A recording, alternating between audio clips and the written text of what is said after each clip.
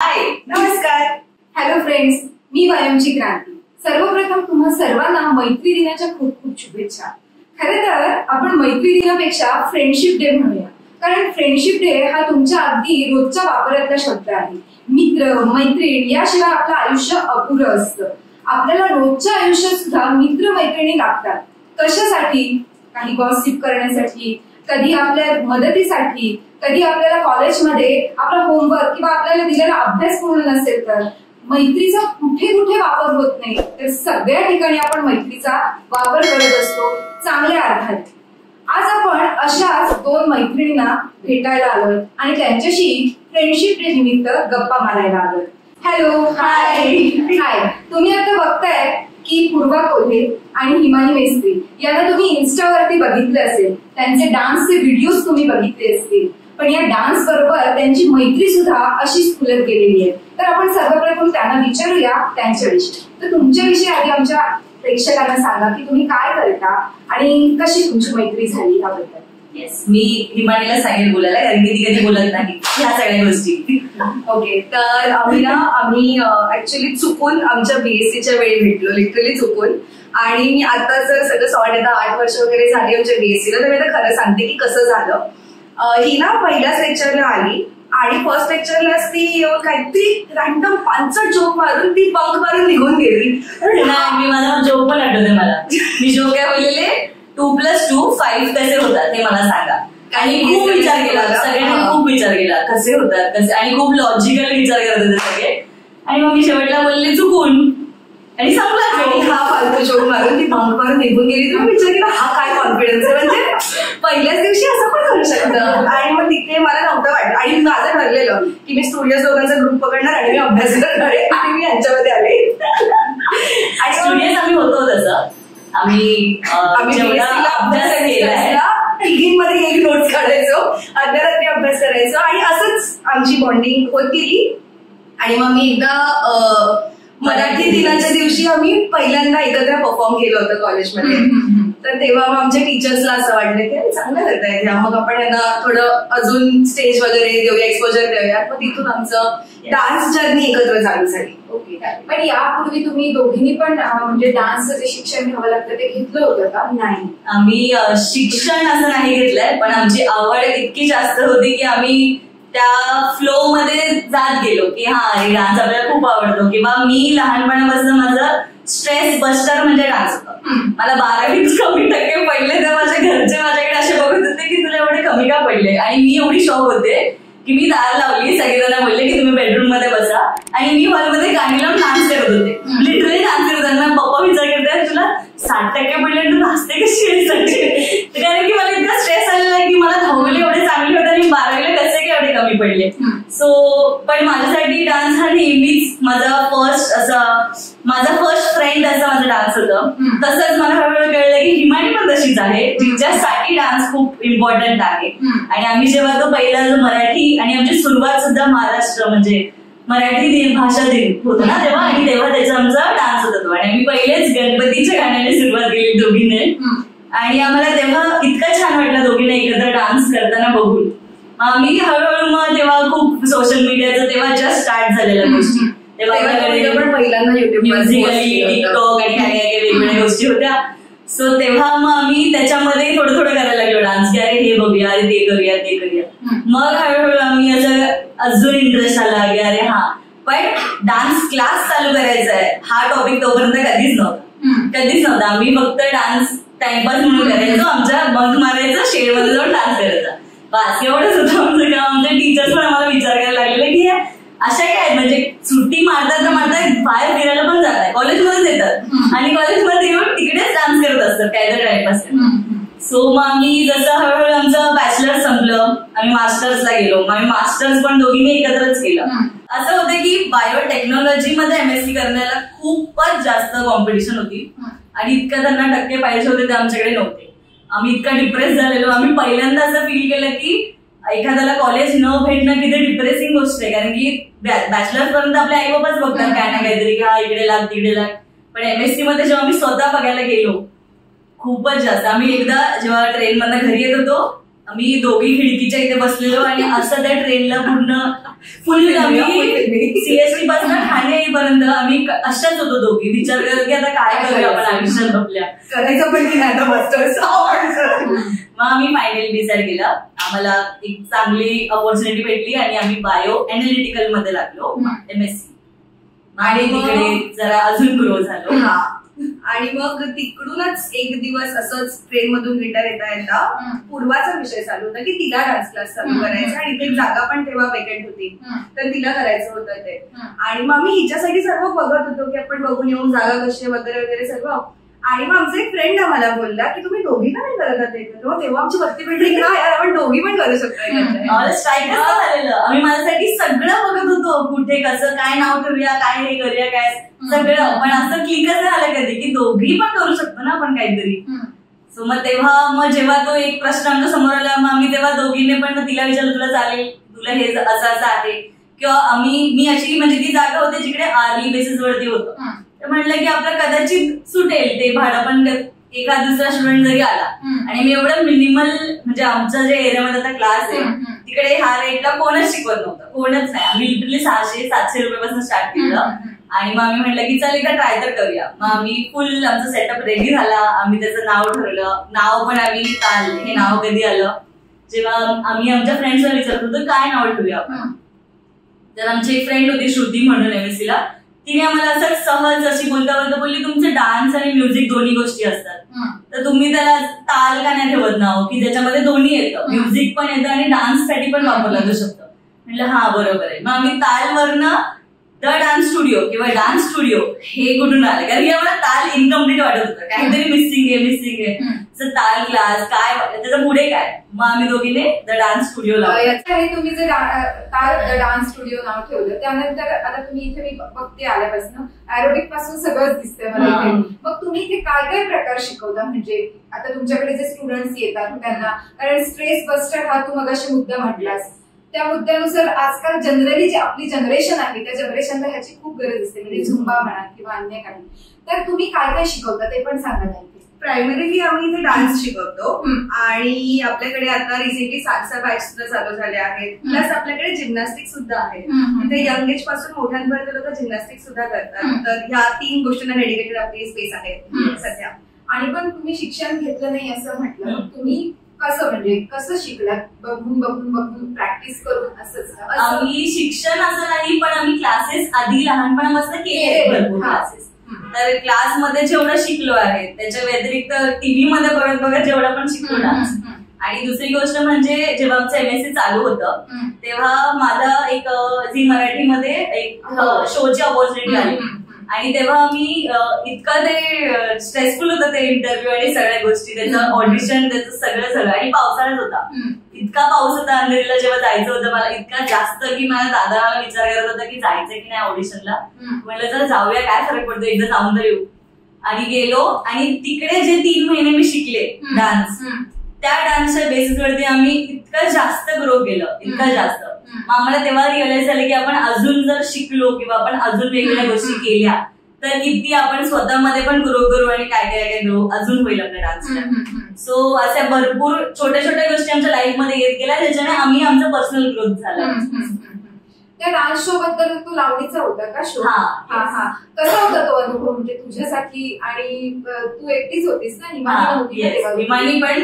हिमानी नव्हती. हे चांगली गोष्ट पण होती आणि वाईट गोष्ट पण होती. चांगली गोष्ट का, कारण की तेव्हा MSc आमचं इयर चालू होतं, माझ्याकडे नोट्स नाही काय नाही काहीच नाही, एक्झाम्स माझं सगळं तिने केलं.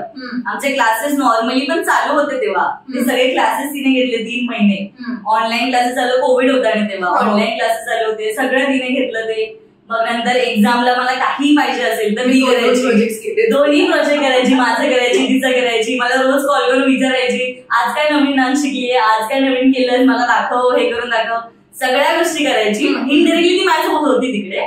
आणि त्या शोचा जर एक्सपिरियन्स विचारला तर एक्सपिरियन्स असा असतो त्या शोचा की तो लाईफ टाइम तुमच्या लक्षात राहील. तिला स्ट्रेसफुल, हेक्टिक प्लस छान सगळेच असते एकसर, कारण की तिथे शूट टायमिंगच इतके डेंजर असतात की मॉर्निंग 4 o'clockला तुम्ही उठता, 5 पर्यंत तुमचं मेकअप ड्रेस सगळं रेडी मॉर्निंगलाच.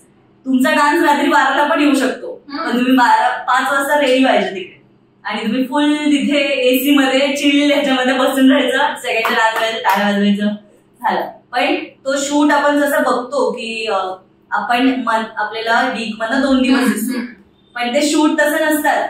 तुम्हाला 2 दिवसात पण तुम्हाला लगेच दुसरं शूट असतं, लगेच दुसरं शूट. मग त्या 2 दिवसाच्या गॅप मध्ये डान्स शिकून बॉडीमध्ये बसवून परत त्याचं प्रॅक्टिस करून कॉम्पिटिशन होती कारण ती एक.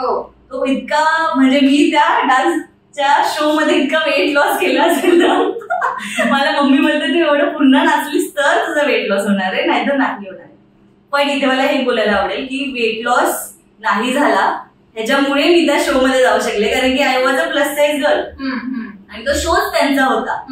आजपर्यंत मला हिमानीला आतापर्यंत कधीच असं झालं नाही की जिकडे आम्ही जाडे असल्यामुळे आम्हाला कुठे बोलवलं नाही गेलं.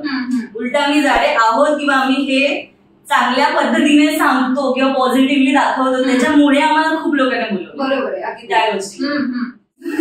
तुम्ही फिरायला गेलात किंवा तुम्ही डान्स बसवते तेव्हाचे पण आपल्याला चालतील ना काही डान्स? मला वाटतं ते सांगतेच आम्ही युजली डान्स आमचे सगळे चांगले डान्स जे पण तुम्ही असं तुम्हाला वाटत वगैरे हे व्हायरल गेले अरे हा सगळे रात्री 12 ते 2-3 वाजताच्या टाइम ड्युरेशन मध्ये बसवलेले डान्स आहेत, कारण की आम्हाला वेळच नसतो. आमचा जो चंद्रा व्हायरल केलेला ना ते पण आम्हाला म्हणजे असं गाणं आधी आम्ही एवढं नोटीस नाही केलेलं गाणं कसं आहे वगैरे, पण म्हटलं चल ट्रेंडिंग ऑडिओ आपण काहीतरी करूया आणि रात्री 1 ते 1:30च्या दरम्यान आम्ही तो बसवला. माझं कसं मध्ये काय जास्त डोक्याला लावलं म्हणलं हा इझी करू असं करू तसं करू आणि तो एवढा व्हायरल केला. त्याच्यानंतर आमच्याकडे स्टुडंट सुद्धा एवढे वाढले मस्त. म्हणजे आमच्या आयुष्यातले बरेचसे चांगले डिसिजन असे होतात ज्याला मी बोलतो की चल ना करतो काय फरक पडतो म्हणजे त्याचे रिझल्ट आम्हाला चांगले येतात, पण ते आम्ही डोक्यात लावून करताना विचार करत त्याचा आउटकम अजून एवढं येत नाही.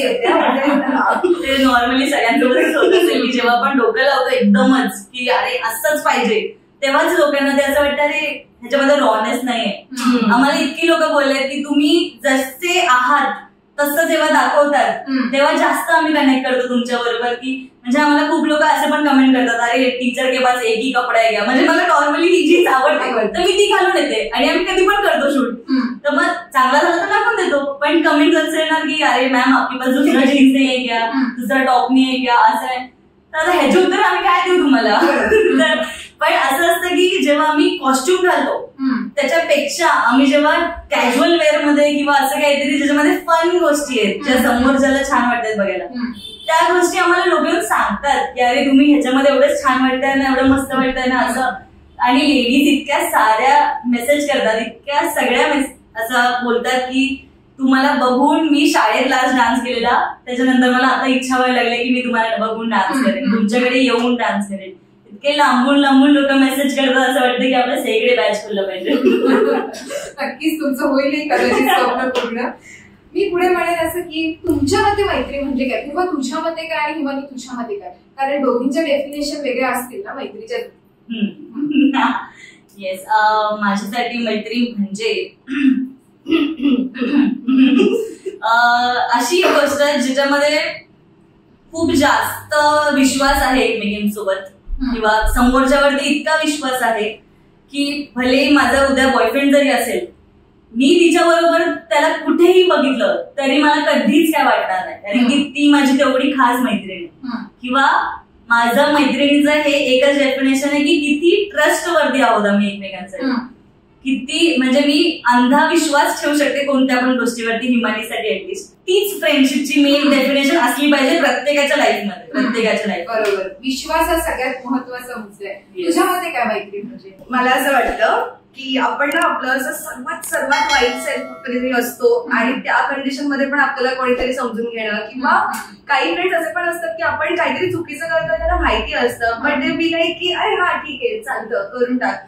पण काहीच लोक असे असतात की जे बोलतात की नाही हे नाही करायचं, हे खूप चुकीचं आहे. तर ती पूर्व आहे माझ्यासाठी की जी मला गाईड करते प्रत्येक वेळी. आम्ही भांडण करून आम्ही लांब जात नाही, आम्ही 2 तास शांत बसतो, एकमेकींचं तोंड पण बघत नाही, एकत्र असतो पण एकमेकींकडे बघत नाही, पण ते थोड्या वेळाने मग ते आपल्या आपणच सॉर्ट होऊन जातं. ते म्हणजे माझ्यासाठी फ्रेंडशिप आहे की आपण समोरच्याला जसं आहोत तसं एक्सेप्ट कर आणि त्यात काही करेक्शन न करता तू ती येस तू ही येस आपण एकत्र राहू शकतो. आता तुम्ही नोकरी करता, बस डान्स तुमचा छंदही हा जोपासता, आणि कसं असतं म्हणजे स्केड्यूल तुमचं, की हे सगळं कसं सांभाळता तुम्ही? नोकरी, डान्स, पुन्हा आपलं घर वगैरे सगळंच असतं प्रत्येकाला, ते कसं मॅनेज करता तुम्ही दोघी? ऍक्च्युली बऱ्याच लोकांना माहितीच नाही की आम्ही नोकरी पण करतो. सगळ्यांना असं वाटतं की आम्ही आणि आम्हाला तेवढंच काम आहे, तरी पण आम्ही आठवड्यात फक्त एकच व्हिडिओ का टाकतो. नाही, असं बिलकुल नाही. आम्ही दोघी पण वर्किंग आहोत. असा सीन असतो की मी सकाळी अवेलेबल असते, ती संध्याकाळी असेल, पण आम्ही दोघे एकत्र कधीच अवेलेबल नसतो. आम्ही डान्स क्लाससाठी पण कसा तरी वेळ आमचा ऍडजस्ट करतो, मॅनेज करतो.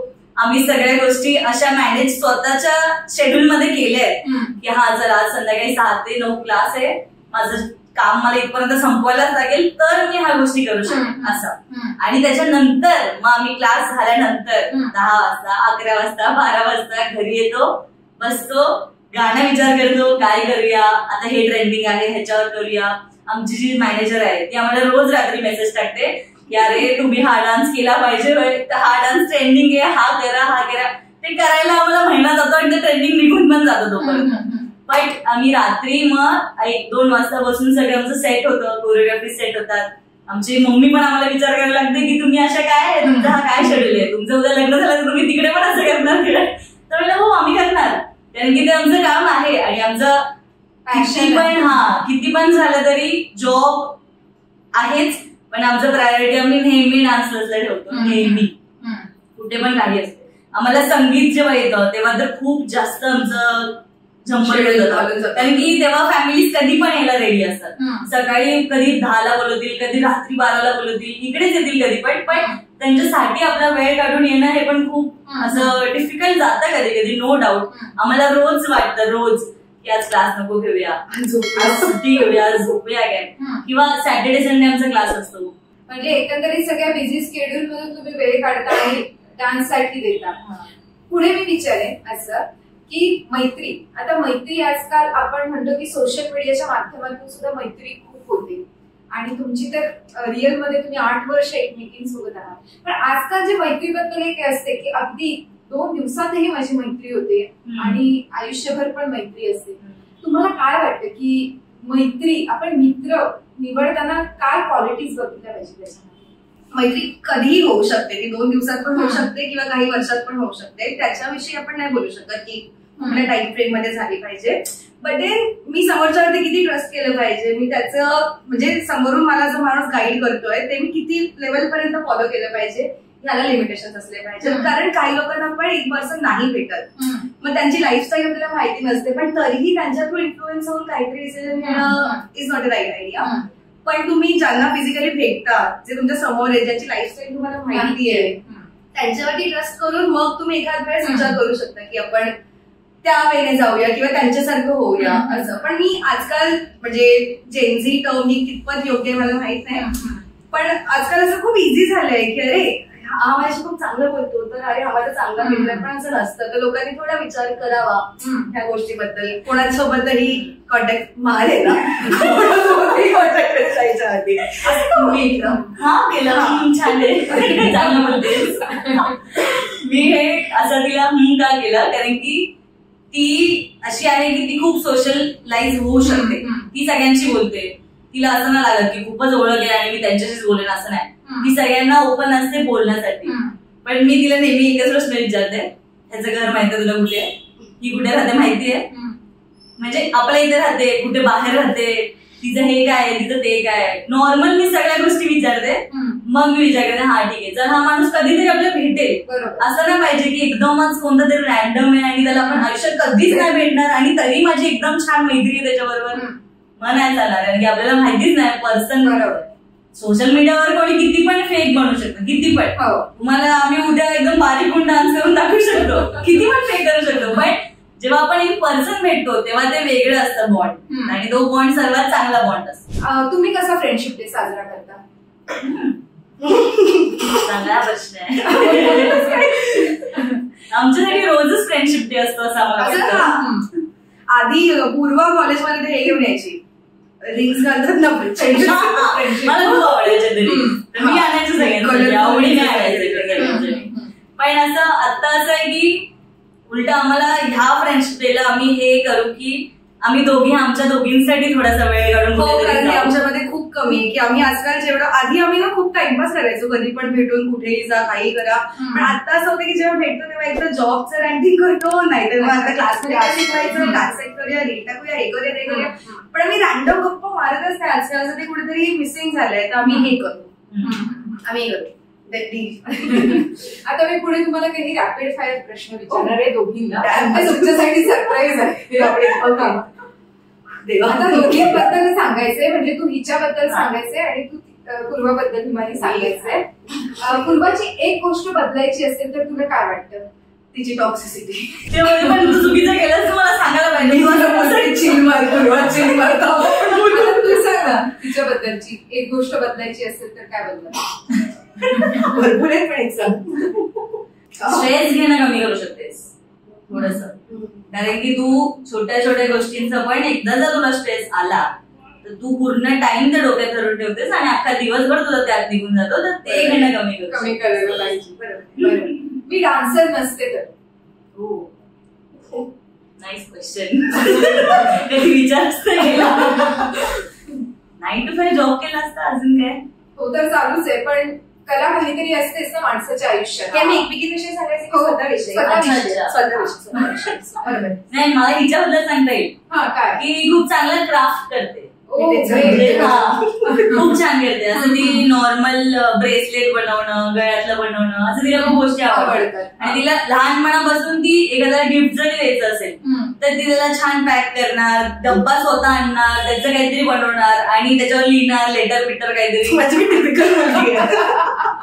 तिला आधी एकदम पक्की मुलगी आहे, मला अजिबात नव्हती पाहिजे माझ्या आयुष्यात. बरं, पुढे त्याच्याबद्दल सांग ना की तू काय केलं असतंस. तू हे काउन्सिलर बनली असतेस, ते चांगलं करतेस. आता ते बोलण्यातून जाणवतंय. कधी असं झालंय का तुमच्या दोघींमध्ये, म्हणजे रॅपिड फायर सुरू आहे पण आता तुमच्या बोलण्यातून जाणवलं म्हणून की डान्सच्या स्टेप्स तुम्ही बसवताय आणि त्यात पटल्या नाही दोघींना, की मी सांगते तशीच कर किंवा तू सांगते तशीच कर, असं कधी झालंय? खूप मॅच्युअरली हँडल करतोय गोष्ट. असं करूया का, असं करून बघ, हे जास्त छान वाटलं, असं होतं. मला समजतं की टिकलं काय आवडलं. म्हणजे आम्ही पण एक अशी, आमची पण एक बाउंड्री आहे किंवा एक गोष्ट असते की आपण समोरच्याला बोलतो पण असं नाही बोललं पाहिजे की त्याला वाईट वाटेल किंवा एकदम त्याच्या इगोला हर्ट होईल की अरे हिला दरवेळीच माझं काही आवडत नाही, मी नाही करायला जा, असं नाही वाटलं पाहिजे. आपण नॉर्मली सांगू शकतो अरे मला हे नाही पडलं, दुसरं कधी आहे असं काहीतरी. मग आणि आम्ही काउंटर नाही करत एकमेकींना की अरे तू नेहमीच काय अशी करते, तू असंच काय, असं नाही करत. हा ठीक आहे, नाही पडलं दुसरं किंवा. पण इव्हेंच्युअली सुद्धा फिरून परत आम्ही त्या एका पहिल्या स्टेपला पोहोचतो. मला आम्ही दोघी पण नाही असतो अरे हा जर ही छान आहे ही करूया. मगाशी तुम्ही दोघे ना मैत्रीची छान डेफिनेशन सांगितली, पण मला आता एका शब्दातच पाहिजे, मैत्री म्हणजे काय? तुझ्या मध्ये काय मैत्री म्हणजे एका शब्दात? हिमानी.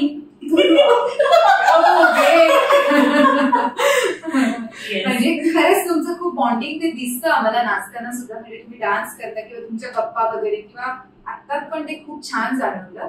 तर या फ्रेंडशिप डे दिनानिमित्त मी सांगेन तुम्हाला की तुमची सुद्धा मैत्री अशीच अजून पुढे बहरत जावं, म्हणजे अगदी म्हातारपणी सुद्धा तुमची मैत्री छान या मैत्री दिनाच्या निमित्ताने आज तुम्ही आमच्याशी गप्पा मारल्यात, तुमचे छान मैत्रीचे किस्से सांगितले, तुम्ही कशा घडलात हे पण आमच्या यंग जनरेशनला जे आमचे मासिकाचे छोटे वाचक आहेत त्यांना तुम्ही सांगितलं. सो खूप धमाल आली, खूप मजा आली आणि आमच्यासाठी वेळ दिला त्याबद्दल थँक्यू सो मच. आणि मला हॅपी फ्रेंडशिप डे. आणि तुम्हाला सर्वांना पण हॅपी फ्रेंडशिप डे.